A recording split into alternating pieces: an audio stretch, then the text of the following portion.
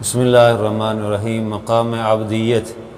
حضرت فضل رضی اللہ تعالیٰ عنہ فرماتے ہیں کہ میں حضور صلی اللہ علیہ وسلم کی خدمت میں حاضر ہوا۔ میں نے دیکھا کہ حضور کو بخار چڑھ رہا ہے اور سر مبارک پر پٹی باندھ رکھی ہے۔ حضور اکرم صلی اللہ علیہ وسلم نے ارشاد فرمایا کہ میرا ہاتھ پکڑ لے۔ میں نے حضور صلی اللہ علیہ وسلم کا ہاتھ پکڑا۔ حضور صلی اللہ علیہ وسلم مسجد میں تشریف لے گئے اور ممبر پر بیٹھ کر ارشاد فرمایا کہ لوگوں کو آواز دے کر جمع کر لو۔ میں نے لوگوں کو جمع کر لیا۔ حضور صلی اللہ علیہ وسلم نے اللہ تعالیٰ کی حمد و ثنا کے بعد یہ مضمون ارشاد فرمایا: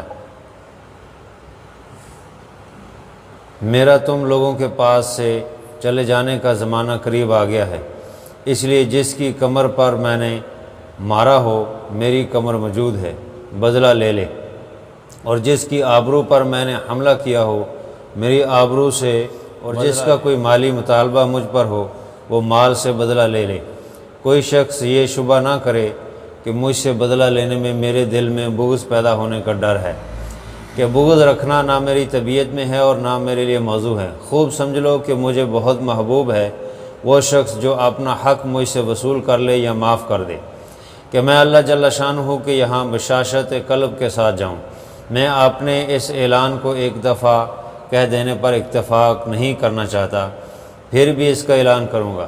چنانچہ اس کے بعد ممبر سے اتر آئے اور ظہر کی نماز پڑھنے کے بعد ممبر پر تشریف لے گئے اور وہی اعلان فرمایا۔ نیز بغض کے متعلق بھی مضمون بالا کا اعادہ فرمایا اور یہ بھی ارشاد فرمایا کہ جس کے ذمے کوئی حق ہو وہ بھی ادا کر دے، اور دنیا کی رسوائی کا خیال نہ کرے کہ دنیا کی رسوائی آخرت کی رسوائی سے بہت کم ہے۔ ایک صاحب کھڑے ہوئے عرض کیا کہ میرے 3 درہم آپ کے ذمے ہیں۔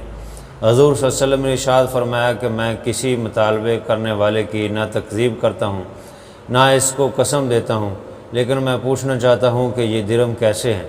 انہوں نے عرض کیا کہ ایک دن ایک سائل آپ کے پاس آیا تھا تو آپ نے مجھ سے فرما دیا تھا کہ 3 درہم اس کو دے دو۔ حضور اقدس صلی اللہ علیہ وسلم نے حضرت فضل سے فرمایا کہ 3 درہم اس کو دے دو۔ اس کے بعد ایک اور صاحب اٹھے، انہوں نے عرض کیا کہ میرے ذمے 3 درہم بیت المال کے ہیں، میں نے خیانت سے لے لیے تھے۔ حضور صلی اللہ علیہ وسلم نے دریافت فرمایا کیوں خیانت کی تھی؟ عرض کیا کہ میں اس وقت محتاج تھا۔ حضور صلی اللہ علیہ وسلم نے حضرت فضل سے فرمایا ان سے وصول کر لو۔ اس کے بعد پھر حضور صلی اللہ علیہ وسلم نے اعلان فرمایا کہ جس کسی کو اپنی کسی حالت کا اندیشہ ہو وہ بھی دعا کرا لے کہ اب روانگی کا وقت ہے۔ ایک صاحب اٹھے اور عرض کیا یا رسول اللہ میں جھوٹا ہوں، میں منافق ہوں، بہت سونے کا مریض ہوں۔ حضور صلی اللہ علیہ وسلم نے دعا فرمائی یا اللہ اس کو سچائی عطا فرما، ایمان کامل عطا فرما اور زیادتی نیند کے مرض سے صحت بخش دے۔ اس کے بعد ایک اور صاحب کھڑے ہوئے اور عرض کیا یا رسول اللہ صلی اللہ علیہ وسلم میں جھوٹا ہوں، میں منافق ہوں، کوئی گناہ ایسا نہیں جو نہ کیا ہو۔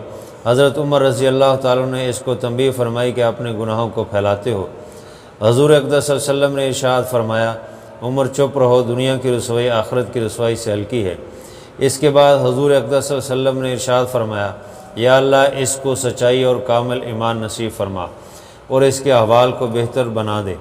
ایک اور صاحب اٹھے، انہوں نے عرض کیا یا رسول اللہ میں بزدل ہوں، سونے کا مریض ہوں۔ حضور صلی اللہ علیہ وسلم نے اس کے لیے بھی دعا فرمائی۔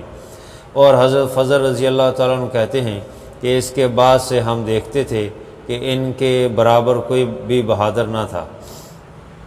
پھر حضور صلی اللہ علیہ وسلم حضرت عائشہ رضی اللہ تعالیٰ عنہا کے مکان پر تشریف لے گئے اور اسی طرح عورتوں کے مجمع میں بھی اعلان فرمایا، اور جو ارشادات مردوں کے مجمع میں فرمائے تھے یہاں بھی ان کا اعادہ فرمایا۔ ایک صحابیہ رضی اللہ عنہا نے عرض کیا یا رسول اللہ میں اپنی زبان سے عاجز ہوں۔